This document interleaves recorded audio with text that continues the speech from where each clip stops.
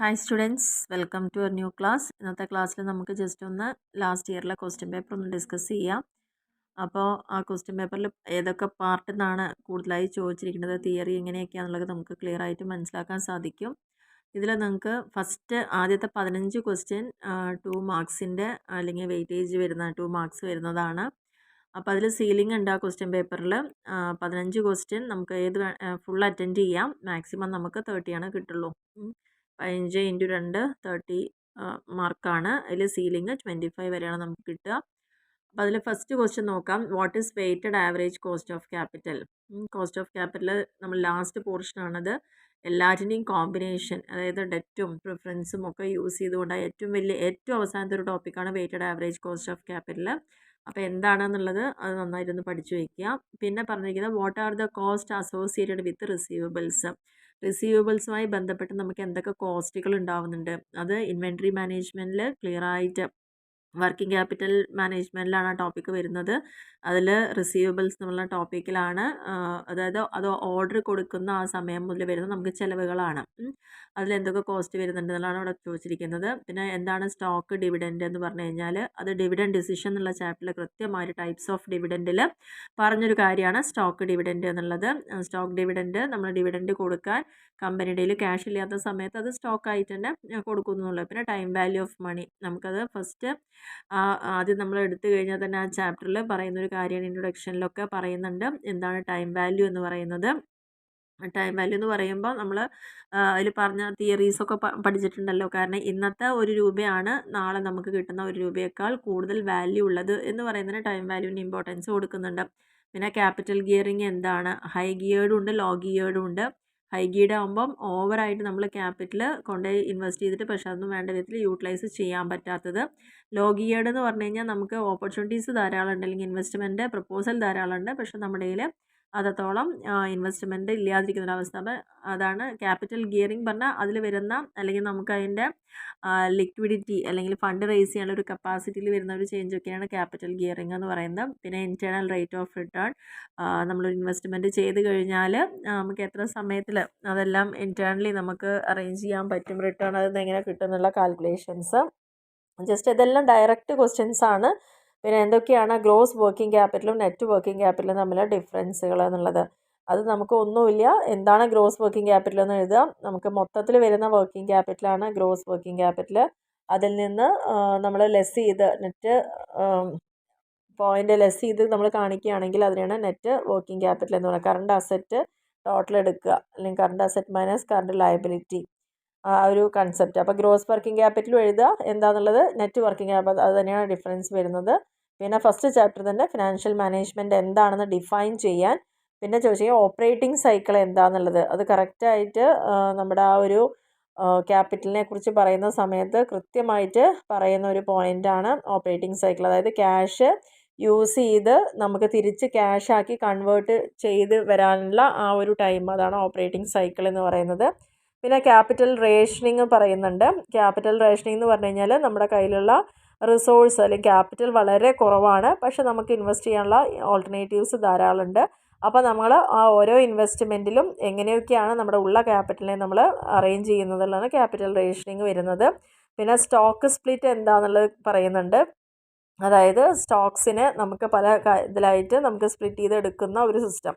അപ്പോൾ stock split അവിടെ പറഞ്ഞിട്ടുണ്ട്. പിന്നെ റൈറ്റ് ഇഷ്യൂ എന്താണെന്നുള്ളത്. റൈറ്റ് ഇഷ്യൂ എന്ന് പറയുമ്പം ഒരു കമ്പനി ഷെയർ ആദ്യമായിട്ട് ഇഷ്യൂ ചെയ്യുന്ന സമയത്ത് തന്നെ അതിൻ്റെ എക്സിസ്റ്റിംഗ് ഷെയർ ഹോൾഡേഴ്സിന് വേണമെങ്കിൽ അതിനൊരു ടൈം പീരീഡ് കൊടുക്കും. അതിൻ്റെ ഉള്ളിൽ അവർക്ക് വേണമെങ്കിൽ കുറച്ചും കൂടി വില കുറവിൽ അത് വാങ്ങാനുള്ളൊരു അവസരം നമുക്ക് കൊടുക്കുകയാണ് അവർക്ക്. അതിന് റൈറ്റ് ഇഷ്യൂ എന്ന് പറയുന്നത്. Explain FIFO method, first in first out മെത്തേഡാണ്. ഇൻവെൻട്രിയിലാണ് അത് വരുന്നത്.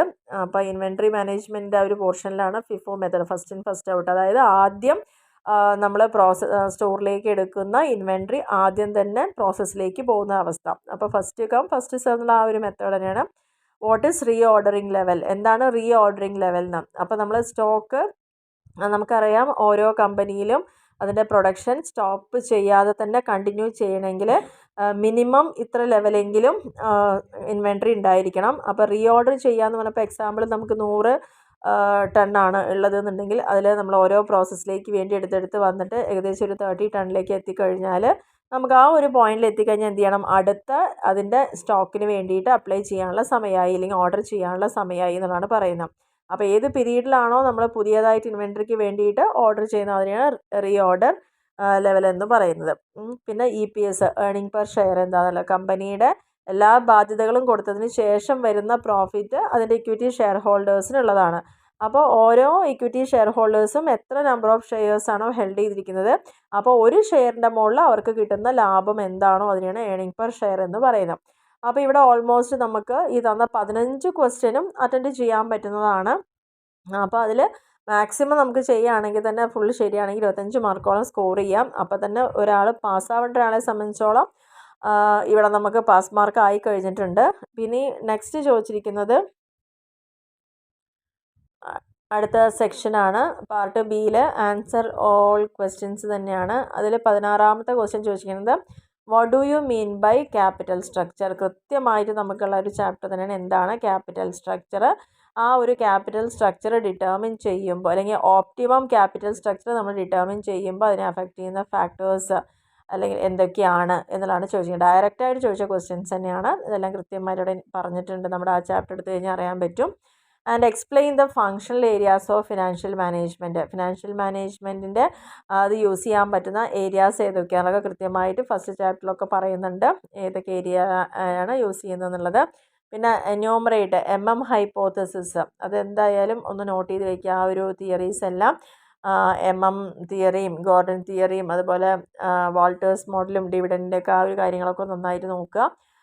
തിയറി ഓഫ് ഇറലവൻസ്, ഇറലവൻറ്റ് അതായത് ഡിവിഡൻറ്റ് എന്ത് കൂടുതൽ കൊടുക്കുന്നു കമ്പനിക്ക് എന്നുണ്ടെങ്കിൽ നല്ല കൂടുതലായിട്ട് എൻ്റെ ഷെയറിൻ്റെ വാല്യൂ കൂടുന്നൊക്കെയാണ് പറയുക. പക്ഷേ അതിന് യാതൊരു പ്രാധാന്യവും ഇല്ല എന്ന് പറയുന്ന തിയറിയാണ് തിയറി എന്ന് പറയുന്നത്. അപ്പോൾ അതിൻ്റെ അസംഷൻസ് എന്തൊക്കെയാണെന്നുള്ള കൃത്യമായിട്ടൊരു 5-6 പോയിൻ്റ് ആയിട്ട് നമ്മുടെ ടെക്സ്റ്റ് കൊടുത്തിട്ടുണ്ട്. അത് നന്നായി പഠിച്ചോളുക.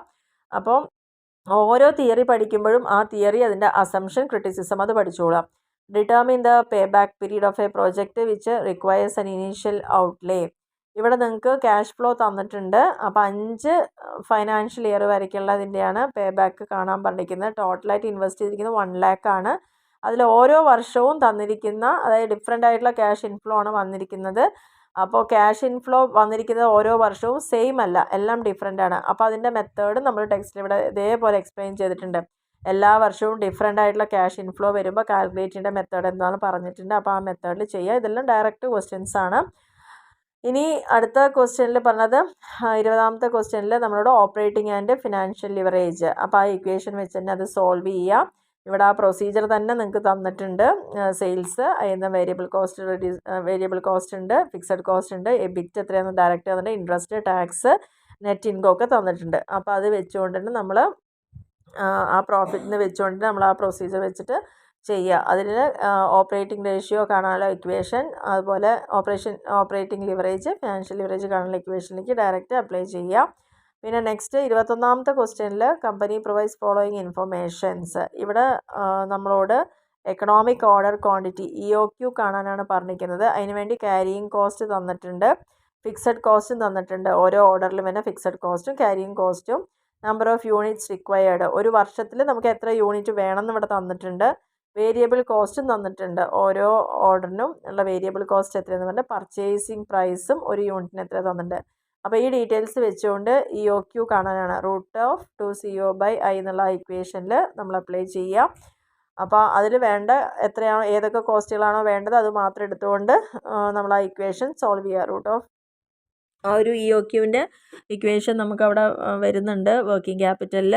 അതേ ബേസ് ചെയ്തുകൊണ്ട് നമുക്കത് ചെയ്യാവുന്നതാണ്. നെക്സ്റ്റ് നമുക്ക് അടുത്ത ഒരു ക്വസ്റ്റ്യൻ പറയുന്നത് 22nd from the following information calculate average collection period. അതായത് എത്ര സമയത്തിനുള്ളിലാണ് നമ്മുടെ ഡെറ്റേഴ്സിൽ നിന്ന് പൈസ തിരിച്ച് നമ്മൾ എടുക്കുന്ന സമയം എന്നുള്ളതാണ് ചോദിക്കുന്നത്. അപ്പോൾ അവിടെ മന്തിലോ അല്ലെങ്കിൽ നമുക്ക് ഡേയ്സിലോ ഒക്കെ പറയാം. അപ്പോൾ അതിനനുസരിച്ചുള്ള ഇൻഫർമേഷൻസ്, ടോട്ടൽ സെയിൽസ് ഉണ്ട്, അതിൽ ക്യാഷ് സെയിൽസ് എത്രയാണെന്നുണ്ട്, അതിൽ റിട്ടേൺസ് എത്രയാണെന്ന് വരുന്നുണ്ട്, ഡെറ്റേഴ്സ് എത്രയാണ് അവസാനിക്കുമ്പോൾ ഉള്ളത് എന്നുള്ളതുണ്ട്, ബിൽസ് റിസീവബിളും എത്ര ഉണ്ട് തന്നിട്ടുണ്ട്, ക്രെഡിറ്റേഴ്സും നമുക്ക് തന്നിട്ടുണ്ട് ഇതിൽ. അപ്പോൾ ആവറേജ് കളക്ഷൻ പീരീഡാണ് ഇവിടെ കണ്ടുപിടിക്കാൻ പറഞ്ഞിരിക്കുന്നത്. അപ്പോൾ അതിൻ്റെ ഇക്വേഷൻസ് ഉണ്ട്. നമ്മൾ ഓപ്പണിങ്ങും ക്ലോസിങ്ങും ഒക്കെ എടുത്ത് അതിൻ്റെ ആവറേജ് എടുത്ത് ചെയ്യുന്ന ആ ഡെറ്റേഴ്സ് കളക്ഷൻ പീരീഡിൻ്റെ ഇക്വേഷനിലേക്ക് ഡയറക്റ്റ് അപ്ലൈ ചെയ്യാം. അതേപോലെ തന്നെ അടുത്ത question, public limited company offers existing shareholders the right to buy shares at the rate of ₹12 per share. ഓരോ 4 ഷെയർ എടുത്ത ആൾക്കും ഒരു ഷെയർ 12 രൂപ പ്രകാരം അവർ കൊടുക്കുന്നുണ്ട്. 10 രൂപയാണ് ഷെയറിൻ്റെ വില. അതേപോലെ തന്നെ the market value of the shares on the date of such offer. ആ ഓഫറിൻ്റെ സമയത്ത് ആ ഷെയറിന് 24 രൂപയാണ് വില ഉള്ളത്. അപ്പോൾ അതിനെ വെച്ചുകൊണ്ട് വാല്യൂ ഓഫ് റൈറ്റ് കാൽക്കുലേറ്റ് ചെയ്യാനാണ്. പക്ഷേ ഇങ്ങനൊരു ക്വസ്റ്റ്യൻ ഡയറക്റ്റായിട്ട് നമുക്ക് ഇതിൽ വന്നിട്ടില്ല. പക്ഷേ നിങ്ങൾക്ക് ഇവിടെ എന്ത് ചെയ്യാം, പരമാവധി പറ്റുന്ന കാര്യങ്ങൾ മാത്രം കൊടുത്തുകൊണ്ട് ചെയ്ത് വെക്കുക. അറിയുന്നതെങ്കിലും സ്റ്റെപ്പ് പോലെ ചെയ്ത് കൊടുക്കുക. പിന്നെ മാക്സിമം സീലിംഗ് ഇവിടെയും 35 മാർക്സാണ് വരുന്നത്. പിന്നെ എസ് എ ക്വസ്റ്റ്യനിൽ എന്ന് പറയുമ്പം explain the various factors which influence the dividend decision. വളരെ ഈസി ആയിട്ടുള്ളൊരു എസ് എ ആണ്. ഒരു ഫേമിൻ്റെ ഡിവിഡൻഡ് ഡിസിഷനിൽ ഇൻറ്റേർണൽ ഫാക്ടേഴ്സും വരുന്നുണ്ട്, എക്സ്റ്റേണൽ ഫാക്ടേഴ്സും ഡീറ്റെയിൽ ആയിട്ട് തന്നെ അത് പറഞ്ഞിട്ടുണ്ട്. ആ പോയിൻ്റ് അവിടെ എക്സ്പ്ലെയിൻ ചെയ്തോളാം. അപ്പോൾ ആ ഒരു തിയറി നന്നായി പഠിച്ച ഒരാൾക്ക് അവിടെ എഴുതാൻ പറ്റുന്ന ഒരു കാര്യം തന്നെയാണ്. പിന്നെ 25th question, prepare income statement prepare ചെയ്യാനാണ് പറഞ്ഞിരിക്കുന്നത്. അപ്പോൾ ഇവിടെ നമുക്ക് വേരിയബിൾ എക്സ്പെൻസ് പെർസെൻറ്റേജ് ഓഫ് സെയിൽസിൻ്റെ ബേസിൽ തന്നിട്ടുണ്ട്.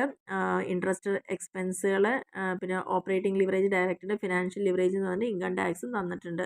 അപ്പോൾ ഇതിനെ ബേസ് ചെയ്തുകൊണ്ട് നമ്മളോട് സാധാരണ നമുക്ക് ഈ ഒരു ക്വസ്റ്റ്യൻ തന്നിട്ട് നമ്മളോട് ഓപ്പറേറ്റിങ്ങും ഫിനാൻഷ്യൽ ലിവറേജും കാണാനാണ് പറയുക.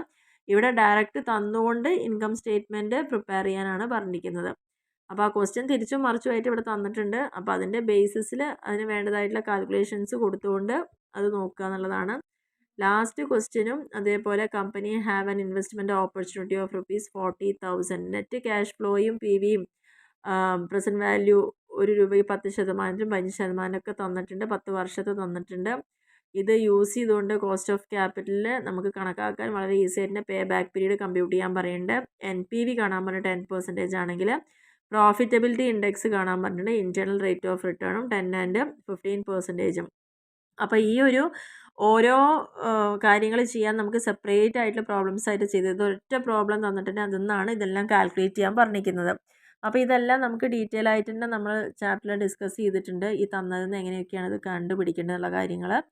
അപ്പോൾ ആ ഒരു മെത്തേഡ് യൂസ് ചെയ്തുകൊണ്ട് തന്നെ നിങ്ങളിവിടെ ചെയ്യാം. അപ്പോൾ മൊത്തത്തിൽ ഈ ഒരു ക്വസ്റ്റ്യനെ കുറിച്ച് നമുക്ക് പറയുകയാണെങ്കിൽ പ്രധാനമായിട്ടും ക്വസ്റ്റ്യൻ പേപ്പറിൽ പാസ്സാവാൻ, അതായത് ഫസ്റ്റ് പാർട്ടിലെ തിയറി, അതേപോലെ തന്നെ സെക്ഷൻ ബിയിൽ വന്ന theories, last S A question, ഇതെല്ലാം തിയറി നന്നായിട്ട് പഠിച്ച ഒരാൾക്ക് അത്യാവശ്യം നല്ല മാർക്ക് സ്കോർ ചെയ്യാൻ പറ്റും. പിന്നെ പ്രോബ്ലം ടഫാണ് എന്നുള്ള ആളുകളെ സംബന്ധിച്ചോളം പ്രോബ്ലം ശരിക്കും പറഞ്ഞാൽ ഇൻഡയറക്റ്റ് ആയിട്ടാണ് ചോദിച്ചിരിക്കുന്നത്. നമ്മൾ ചെയ്യുന്ന അല്ലെങ്കിൽ ടെക്സ്റ്റിൽ കൊടുത്തിരിക്കുന്ന ഡയറക്റ്റ് ആയിട്ടുള്ളൊരു ക്വസ്റ്റ്യൻസ് എന്നുള്ളതെല്ലാം കുറച്ച് ഇൻഡയറക്റ്റ് ആയിട്ടാണ്. പക്ഷേ എങ്കിലും നമുക്കത് ശ്രമിച്ചാൽ ചെയ്യാൻ പറ്റുന്ന കുറച്ച് കാര്യങ്ങളാണ്. പക്ഷേ ഈസി ആയിട്ട് തന്നെ ചോദിച്ചിരിക്കുന്ന 2 മാർക്കിൻ്റെ കുറച്ച് ക്വസ്റ്റ്യൻസ് സെക്ഷൻ ബിയിലും തന്നിട്ടുണ്ട്. അപ്പോൾ നിങ്ങൾ ഈ ഒരു എക്സാമിന് പ്രിപ്പയർ ചെയ്യുമ്പോൾ എൻ്റെ ഒരു അഭിപ്രായത്തിൽ നമ്മളൊന്നും ഒഴിവാക്കരുത്. പക്ഷേ നിങ്ങൾക്ക് ഏറ്റവും ടഫാണ് എന്ന് ചെയ്യാൻ പറ്റുന്ന ഭാഗങ്ങൾ ഇനി സമയമെടുത്ത് അവിടെ കൂടുതൽ പഠിച്ചെത്തില്ലെങ്കിൽ അത് വിട്ടേക്കുക. ബാക്കി എല്ലാ ചാപ്റ്ററിലെയും തിയറി നന്നായിട്ട് തന്നെ പഠിച്ചു വയ്ക്കുക. Advantage, disadvantage, features, types, assumptions, criticism, ബെനിഫിറ്റുകൾ, അഡ്വാൻറ്റേജ്, അതെല്ലാം ഇൻറ്റേർണൽ ഫാക്ടേഴ്സും അത് എപ്പോഴും ഏതൊരു ഡിസിഷനിലും കുറേ ഫാക്ടേഴ്സ് അഫക്റ്റ് ചെയ്യുന്നുണ്ട്. ആ കാര്യങ്ങളൊക്കെ നന്നായിട്ട് തന്നെ പഠിക്കുക. ഏതൊരു ടോപ്പിക് എടുക്കുമ്പോൾ അതിനെ ബേസ് ചെയ്ത് വരുന്ന എല്ലാ ക്വസ്റ്റ്യൻസും മാക്സിമം പഠിച്ചു വയ്ക്കുക. അത് നന്നായിട്ട് മനസ്സിലാക്കിയാൽ തന്നെ ഒരാൾക്ക് വളരെ ഈസി ആയിട്ട് തന്നെ ഇത് നമുക്ക് പാസ്സാക്കി എടുക്കാൻ സാധിക്കുന്ന ഒരു പേപ്പർ തന്നെയാണ്. അപ്പോൾ ടെൻഷൻ അടിക്കേണ്ട ആവശ്യമില്ല. ജസ്റ്റ് ഇനിയിപ്പോൾ പ്രോബ്ലം ഒരു തരത്തിലും നമുക്ക് മനസ്സിലാക്കാം. ഇനിയിപ്പോൾ എനിക്ക് തോന്നുന്നു കുറച്ചും കൂടി ഫസ്റ്റ് ചാപ്റ്റർ കംപ്ലീറ്റ് തിയറിയാണ്. പിന്നെ ഓരോ പാഠത്തിലും നമ്മൾ ഫോക്കസ് ചെയ്യേണ്ട കാര്യങ്ങൾ എന്താണെന്നുള്ളത് ഞാനിവിടെ നിങ്ങൾക്ക് ചാനൽ എടുത്തു കഴിഞ്ഞാൽ പ്ലേലിസ്റ്റ് എടുത്തിട്ട് അതിൽ ഫിനാൻഷ്യൽ മാനേജ്മെൻറ്റ് മാത്രം പ്ലേലിസ്റ്റ് എടുത്തു കഴിഞ്ഞാൽ ഓരോ ചാപ്റ്ററിൻ്റെ ഇമ്പോർട്ടൻറ്റ് ക്വസ്റ്റ്യൻസും എക്സ്പെക്റ്റഡ് ക്വസ്റ്റ്യനൊക്കെ ഞാനവിടെ ചെയ്തിട്ടുണ്ട്. അപ്പോൾ അതൊക്കെ ഒന്ന് നോക്കുക. ഡീറ്റെയിൽ ആയി പഠിക്കേണ്ട ആൾക്കാർക്ക് ചാപ്റ്റർ വൈസ് ആയിട്ടുള്ള കാര്യങ്ങളുണ്ട്. അതല്ലെങ്കിൽ കൂടുതൽ ഫോക്കസ് ചെയ്യേണ്ട ഏരിയ നോക്കുകയാണെങ്കിൽ എക്സാം പോയിന്റുകളവിടെ കൊടുത്തിട്ടുണ്ട്. അപ്പോൾ അതെല്ലാം നന്നായിട്ട് നോക്കുക. അപ്പോൾ അതിൽ ഒരു ചാപ്റ്ററും കൂടി ഞാൻ ഇനിയിപ്പോൾ ഒരു എക്സ്പെക്റ്റഡ് ക്വസ്റ്റ്യനിൽ കൊടുക്കാത്തുള്ളൂ. അത് അടുത്ത ദിവസം തന്നെ ചെയ്യാം. അപ്പോൾ ഇത്രയും കാര്യങ്ങളൊന്ന് ശ്രദ്ധിക്കുക. കൂടുതലായിട്ട് നിങ്ങൾക്ക് പ്രോബ്ലം ഫോക്കസ് ചെയ്യാൻ പറ്റുന്നില്ലെങ്കിൽ എന്തായാലും ഒരു ജയിക്കേണ്ട മാർക്ക് തീർച്ചയായിട്ടും തിയറി പഠിച്ചാലും കിട്ടും. പക്ഷേ എഴുതാൻ പറ്റുന്ന തരത്തിലേക്ക് നിങ്ങൾ അത്രയും സജ്ജമായിരിക്കണം എന്നുള്ളതാണ് അത് പറയുന്നത്. അപ്പോൾ ഈ കാര്യങ്ങളെല്ലാം ഓർത്തുകൊണ്ട് നല്ല രീതിയിൽ തന്നെ എക്സാം നിങ്ങൾ നന്നായി എഴുതി വരിക. പിന്നെ 6th ചാപ്റ്ററിൻ്റെ എക്സാം ഓറിയൻറ്റഡും കൂടി ഒന്ന് ഞാൻ ചെയ്തിടാം. Okay, thank U.